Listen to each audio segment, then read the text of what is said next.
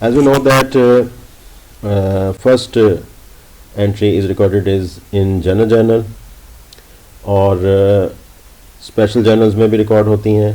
For the sake of simplicity, जिस वक्त text books जो है आपको फाइनेंशियल अकाउंटिंग में अकाउंटिंग प्रोसेस या अकाउंटिंग साइकिल टीच करती हैं, तो उस वक्त ये अज्यूम कर लिया जाता है for the sake of simplicity, for the sake of ease and understanding that all the entries are to be recorded in general journal format. Although general journal में भी एंट्रीज रिकॉर्ड होती हैं और स्पेशल जर्नल्स में भी होती हैं. ये हम फर्दर जिस वक्त इन टॉपिक्स पे पहुंचेंगे स्पेशल जर्नल्स पे तो हम उसको देख सकते हैं. Till then what are the rules of debit and credit. Debit and credit rules जो है नॉर्मली स्टूडेंट्स इसमें बहुत जो है वो प्रॉब्लम महसूस करते हैं और इसमें बहुत टेक्स्ट बुक्स बाज़ औक़ात बहुत डिटेल में चली जाती हैं और ये डिटेल में जाना जो है बाज़ औक़ात डिफ़िकल्टी का बायस बनता है. लेकिन मैंने आपके सामने सिर्फ ये 2 रूल्स सामने आपके रखे हैं और इन्हीं 2 रूल्स के अंदर जो है तमाम तरह अकाउंटिंग आ जाएगी.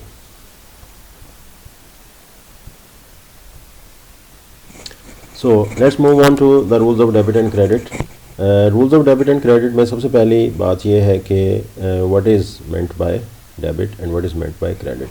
सो as you can see that I have written that debit means left hand side of an account and credit means right hand side of the account, or left hand side of an equation or right hand side of the equation जो है वो debit and credit respectively कहलाते हैं. ठीक है जी. इसमें debit and credit में बाज़ का जो है कुछ मिसअंडरस्टैंडिंग, कुछ मिसकंसेप्शंस हो सकते हैं कि डेबिट का मतलब कुछ समझ लिया जाता है और क्रेडिट का मतलब कुछ और समझ लिया जाता है.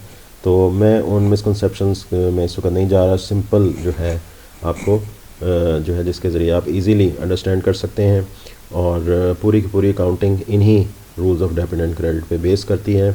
जितनी भी आपने फाइनेंशियल अकाउंटिंग आगे पढ़नी है, अकाउंटिंग 1, अकाउंटिंग 2, इन सब की बेस जो है वो rules of debit and credit है.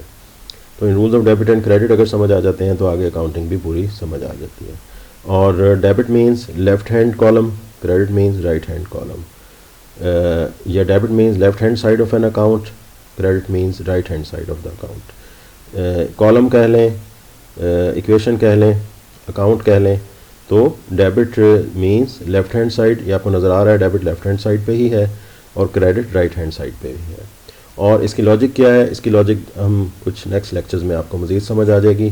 फ़िलहाल हम ये आसान से ईजी से रूल्स की तरफ मूव करते हैं विदाउट वेस्टिंग एनी टाइम. तो प्रीवियस लेक्चर्स में जहाँ पे आपने elements of the financial statement understand किए थे, there were 5 elements of the financial statements. These were assets, liabilities, equity number 3, revenue number 4 and expenses number 5. ये आपको अच्छे तरीके से याद है कि ये 5 elements of the financial statements आपने अंडरस्टैंड किए थे. ऑब्वियसली जब there are 5 elements of the financial statements, तो फाइनेंशियल स्टेटमेंट्स में इन 5 चीज़ों के अलावा कुछ नहीं होगा. तो हमारे debit and credit rules in 5 चीज़ों से ही इस वक्त डील करने जा रहे हैं जो कि आपके सामने है. तो rules of debit and credit, first rule ये है कि एसेट्स एंड एक्सपेंसेस के अंदर जब कभी इंक्रीज़ होगा, इंक्रीज़ मींस किसी भी ट्रांजैक्शन के नतीजे में इंक्रीज़ होगा, तो हम उसको डेबिट साइड यानी कि लेफ़्ट हैंड साइड पे रिकॉर्ड करेंगे. कहाँ पे? Left hand side of the journal columns या left hand side of the account of the ledger account पे हम रिकॉर्ड करेंगे. तो एसेट्स में इंक्रीज़ किन वाक़यात के, किन ट्रांजैक्शंस के नतीजे में हो सकता है एसेट्स में इंक्रीज़, ये आप अकाउंटिंग क्वेश्चन में देख चुके हैं. For example you purchase an asset, asset जो है आपके ऑर्गेनाइजेशन के अंदर आपके बिज़नेस के अंदर आ जाता है. यू परचेज एन एसेट, तो it is increase in an asset. तो ये इंसिडेंट जो होगा तो आप एसेट्स को इधर लिखेंगे. मिसाल के तौर पे अगर वो एसेट जो है इक्विपमेंट है तो आपने जैसे लाइन में इस वक्त लिखा हुआ यहाँ पे इक्विपमेंट लिखेंगे और उसकी इधर अमाउंट लिखेंगे जो फॉर एग्जांपल 20,000 यहाँ पे इंक्रीज़ की जगह, और डेबिट के कॉलम के नीचे देयर वुड बी 2 कॉलम्स जो है हम आगे इलस्ट्रेशन में जब देखेंगे तो आपको नज़र आ जाएगा. तो एसेट में अगर इंक्रीज़ हो तो उसको डेबिट साइड पे रिकॉर्ड करते हैं, डेबिट मीन्स लेफ़्ट कॉलम पे रिकॉर्ड करते हैं. और अगर एसेट में डिक्रीज़ हो उसकी अमाउंट को हम क्रेडिट कॉलम में या राइट हैंड कॉलम पे या राइट हैंड साइड पे रिकॉर्ड करते हैं. वो रूल जो एसेट्स पे अप्लाई होता है वही एक्सपेंसेस पे होता है. और एसेट्स एंड एक्सपेंसेस में एक सिमिलरिटी पाई जाती है, एक सॉर्ट ऑफ रिश्तेदारी एक पाई जाती है, एक तरीके से ये दोनों आपस में बहुत क्लोजली लिंक्ड हैं। और वो रीज़न क्या है कि assets whenever assets are used up they are converted into expenses, और एक्सपेंसेस को अगर आप प्रीपेमेंट कर दें तो वो एसेट्स होती हैं। तो एसेट्स एंड एक्सपेंसेस आपस में कन्वर्टेबल होते हैं और आपस में इनका लिंक बहुत क्लोज होता है, लिहाजा इनके ऊपर एक ही रूल लगता है। तो रूल नंबर 1 हुआ कि एसेट्स एंड एक्सपेंसेस में जब कभी इंक्रीज़ हो तो you will record it on debit side, और अगर डिक्रीज़ हो you will record it on credit side. This is rule number 1। Second rule जो है वो पहले वाले रूल के ऑपोजिट है।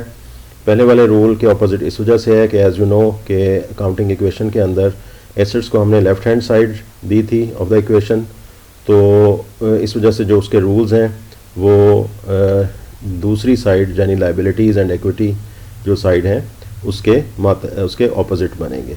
तो आप देख सकते हैं कि लाइबिलिटीज़ एंड एक्विटी साइड जो है इंक्रीज़ हो तो क्रेडिट होती है और डिक्रीज़ हो तो डेबिट होती हैं। तो आपको rules of debit and credit याद करने की भी कोई इतनी बहुत ज़्यादा मुश्किल नहीं पेश आएगी।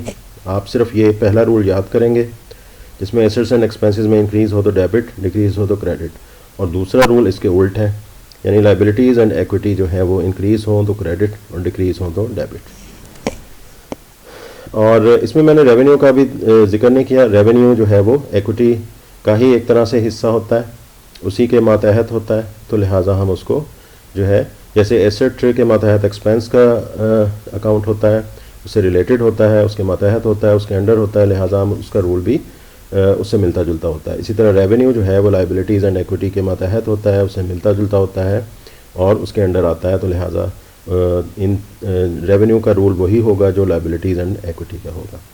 तो इन शॉर्ट अब इसको वाइंड अप करते हैं। तो नेक्स्ट लेक्चर में इंशाल्लाह हम जर्नल एंट्रीज़ करना सीखेंगे, rules of debit and credit का इस्तेमाल सीखेंगे और क्वेश्चंस, एक्सरसाइजेज, प्रॉब्लम वगैरह को भी देखेंगे। तो अब इसको मैं रिवाइज़ करता जाऊँ कि rule number 1, assets and expenses में जब कभी इंक्रीज़ होगा तो डेबिट साइड पे रिकॉर्ड, डिक्रीज़ होगा तो क्रेडिट साइड पे रिकॉर्ड, और लाइबिलिटीज़, एक्विटी एंड रेवेन्यू में इंक्रीज़ होगा तो क्रेडिट साइड पे रिकॉर्ड और डिक्रीज़ होगा तो डेबिट साइड पे रिकॉर्ड। तो टिल देन अल्लाह हाफिज़।